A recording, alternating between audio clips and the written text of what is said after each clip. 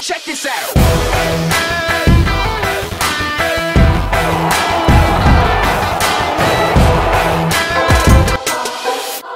Salut l'équipe, c'est Val, j'espère que vous allez bien, moi ça va tranquillement. On se retrouve aujourd'hui pour un nouveau résumé de match. Je vous le précise d'entrée, comme ça il n'y aura pas de confusion.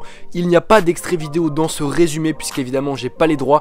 Et donc si je diffusais des extraits du match, ma vidéo serait bloquée. Ici je vais donc faire ces résumés pour ceux qui n'ont pas vu le match ou tout simplement pour ceux qui n'ont pas la chance d'avoir Beansport et qui veulent quand même connaître le scénario du match ainsi que mon analyse. Le match était donc Portugal-Maroc. On savait que ça allait être un match intéressant avec du rythme puisqu'aucune des deux équipes ne s'était imposée au premier match. Le Maroc avait perdu et le Portugal avait fait match nul, ce qui évidemment allait pousser les deux équipes à jouer et à attaquer pour s'imposer, une victoire quasiment indispensable à la qualification en huitième de finale. On a vu un très bon début de match des Marocains qui ont rapidement mis la pression sur les Portugais avec beaucoup d'envie, un bloc haut et un pressing fort. Malheureusement pour eux, comme contre l'Iran, il y a eu beaucoup d'imperfections techniques pour leur permettre véritablement d'être dangereux, et comme contre l'Iran, ils se sont fait punir, mais cette fois dès la 4e minute de jeu. En effet, sur une demi-action, le Portugal obtient un corner qui débouche sur un second corner qui, parfaitement joué à deux, permet à Cristiano Ronaldo d'ouvrir le score dès la 4e minute de jeu et d'obliger le Maroc à se découvrir pour ne pas être éliminé, exactement comme l'Égypte hier après le premier but russe. On s'attendait à voir le Maroc KO après ce but, mais il semble au contraire que ce but ait démultiplié leur motivation. On va ainsi voir de la 5e à la 25e minute de jeu une grosse domination marocaine avec des Marocains très hauts qui récupéraient beaucoup de ballons dans le camp portugais et qui acculaient les coéquipiers de Ronaldo devant leur but. Les Marocains ont eu pas mal d'actions plutôt dangereuses, une tête de Boussoufa, puis une tête de Benatia à la 11e minute qui a failli tromper Rui Patricio. Ziyech s'est également montré dangereux à la 17e après un festival. Malheureusement il n'a pas été capable d'ajuster correctement sa frappe, et donc pendant ces 20 minutes de domination on a vu des Marocains qui ont vraiment mis une pression sur le but portugais avec quelques bonnes combinaisons, notamment entre Amrabat et Dirar. De l'autre côté, les Portugais, depuis leur but, ils ont vraiment été acculés devant leur but par une équipe marocaine séduisante. Cependant cette équipe marocaine séduisante, comme face à l'Iran, n'a pas réussi à conclure. Le match aurait tout de même pu basculer par deux fois en faveur des Marocains qui, à la 26e et à la 28e minute de jeu, auraient pu voir l'arbitre leur offrir un penalty après deux interventions portugaises très litigieuses. Malheureusement pour eux, l'arbitre américain n'a jamais bronché, à tort selon moi, puisqu'il semblait bien y avoir faute sur les Marocains. Malgré la domination à la 39e minute de jeu sur un coup de génie de Ronaldo, le Portugal est tout proche de doubler la mise puisque Guedes se retrouve seul face au gardien marocain, mais le joueur de Valence va buter sur le gardien El Khajaoui. Le Maroc, pourtant dominateur, a failli se retrouver mené à 2-0. Retour des vestiaires, match serré avec moins d'intensité, le Portugal garde plus le ballon. 54e minute de jeu, bonne combinaison entre Amrabat encore lui et Belhanda, dont la frappe est finalement stoppée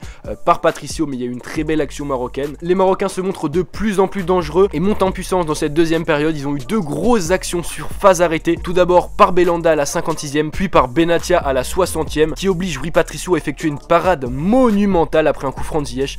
Le Portugal est acculé encore une fois et fait beaucoup de fautes. Cependant, après ces deux grosses actions, le match va clairement perdre son rythme. On a vu que très peu d'actions dangereuses d'un côté comme de l'autre, beaucoup d'erreurs techniques qui ont empêché le Maroc de véritablement mettre en danger des Portugais qui ont contrôlé le match et le score. A noter tout de même dans les arrêts de jeu deux bonnes opportunités marocaines pour Ziyech et Benatia, mais finalement ça n'est pas fini au fond. Le Portugal s'impose donc aujourd'hui face à une équipe marocaine vaillante qui a dominé au moins en termes d'action le match, mais qui a fait preuve d'un manque clair de réalisme comme face à l'Iran. Les Lions de l'Atlas enchaînent donc une deuxième défaite dans la compétition, quasiment synonyme d'élimination pour eux. De l'autre côté, les coéquipiers de Ronaldo assurent eux leur qualification ou presque en huitième de finale grâce au 4e but dans la compétition de leur capitaine, encore une fois décisif. J'espère que vous avez kiffé ce petit résumé du match Portugal-Maroc. On se retrouve très rapidement pour un autre résumé ou peut-être une autre vidéo sur la Coupe du Monde les gars, c'était Val, peace.